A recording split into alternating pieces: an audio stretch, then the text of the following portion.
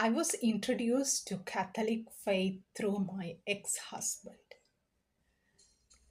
Being born in a Protestant family, Mother Mary have never been in my life, and we had kind of a hatred towards Mother Mary.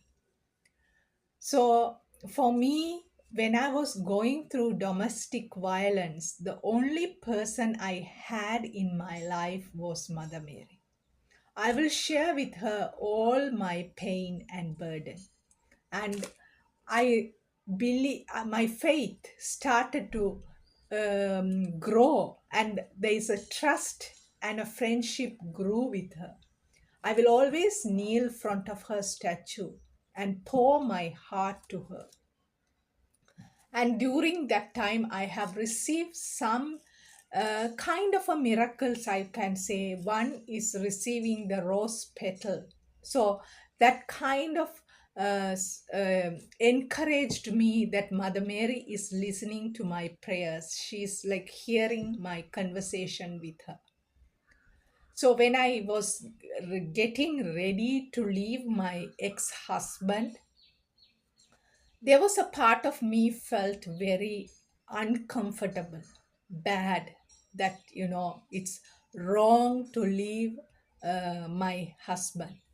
So I went to a Mother Mary's garden. It's called Our Lady of Gratitude in Toronto, and I have been there with my ex-husband many times.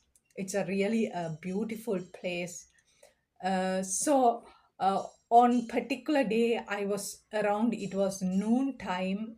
I just said, if you really want me to leave my ex-husband, please send the priest and confirm me that I can leave him.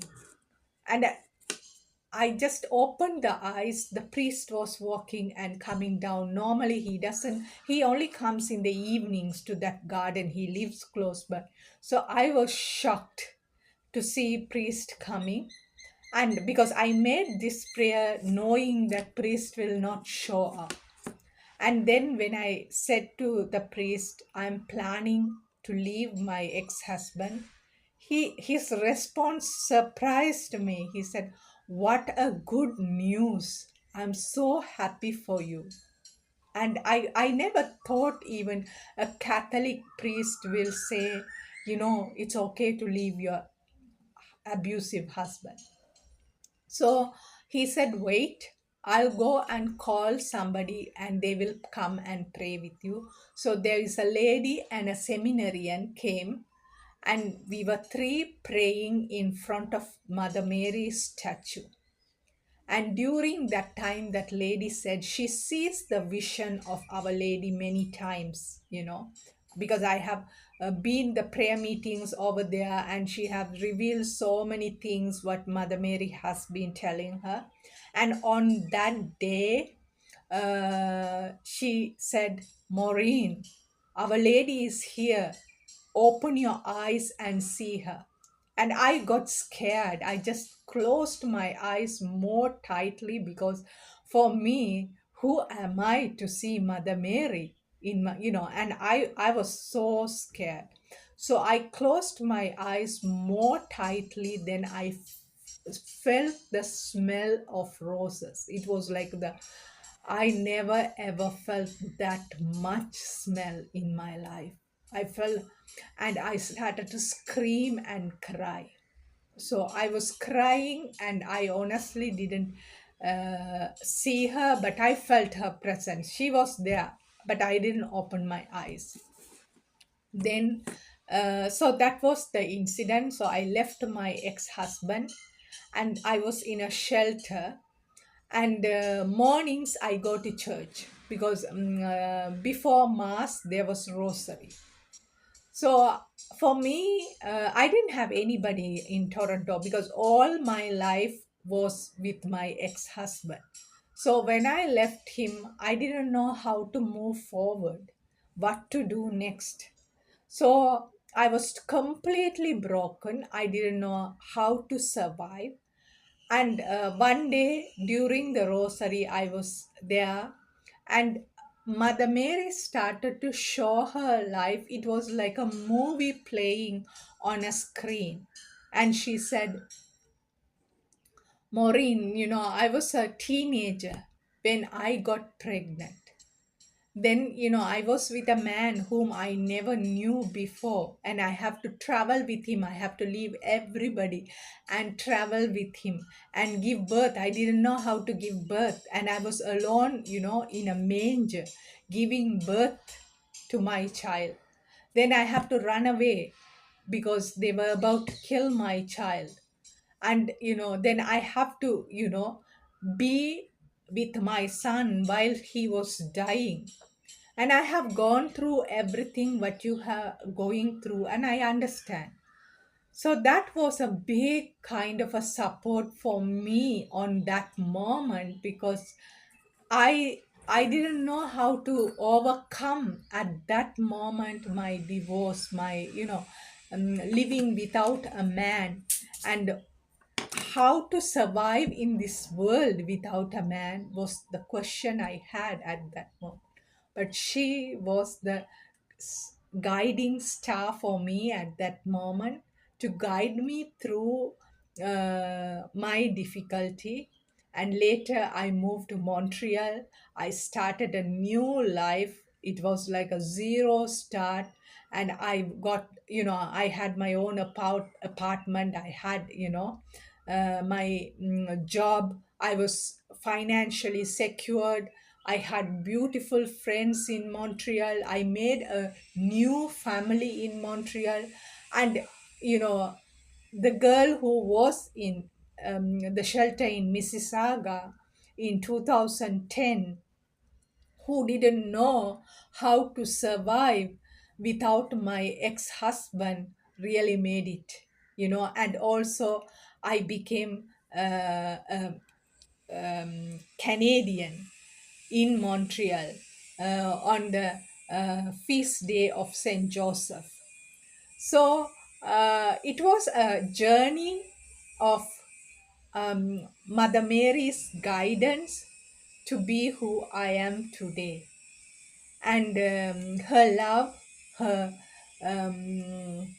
even today I'm in Sri Lanka, and if there is any problem I will run to her. There is a church here close to my house, and a garden, Mother Mary there. So most of the time I will go and sit. There are benches, and I will sit and talk to her. And I still remember 2022 when I moved back to Sri Lanka. I was on my birthday. So April 15th, I sat front of her and I was crying. Like I said, I don't know how to live here on my own. I don't have any friends, anybody. And I was like, pouring like a, rain front of her and saying it's very hard, because I had made good friends in Montreal. But in Sri Lanka, it was completely, I was isolated and I was alone by myself. So 15th night, I was like, I don't want to face another birthday. Please, I don't want to live, anymore. Then 16th morning, I was sitting in the beach, and this is a very local beach. It's not a touristic at all. Suddenly, I saw a white girl walking, and I was so surprised because it's not. So, again, I was crying at that moment in the beach, again, sitting and crying, and this girl shows up. And honestly, in my whole life, I never floated inside in the beach. So she was a guard, um, uh, who from Britain. So, so when we talked, she said, come, just come and lie down on the ocean. It is a Indian Ocean I'm talking. So, and she was just putting her hand beneath me, and I was just floating, and I was just standing like that and just looking at the sky, and it was the most beautiful gift I could have ever got for my birthday. And that was one of the miraculous time I really felt like, and since then I never cried on my birthday. I just felt like very content, very happy, very complete. So it's a journey to celebrate and, honor her for being my mother and guiding me, always there for me. And whenever I go to her, I feel like a little child going, and, and I will ask, like, what should I do, mother?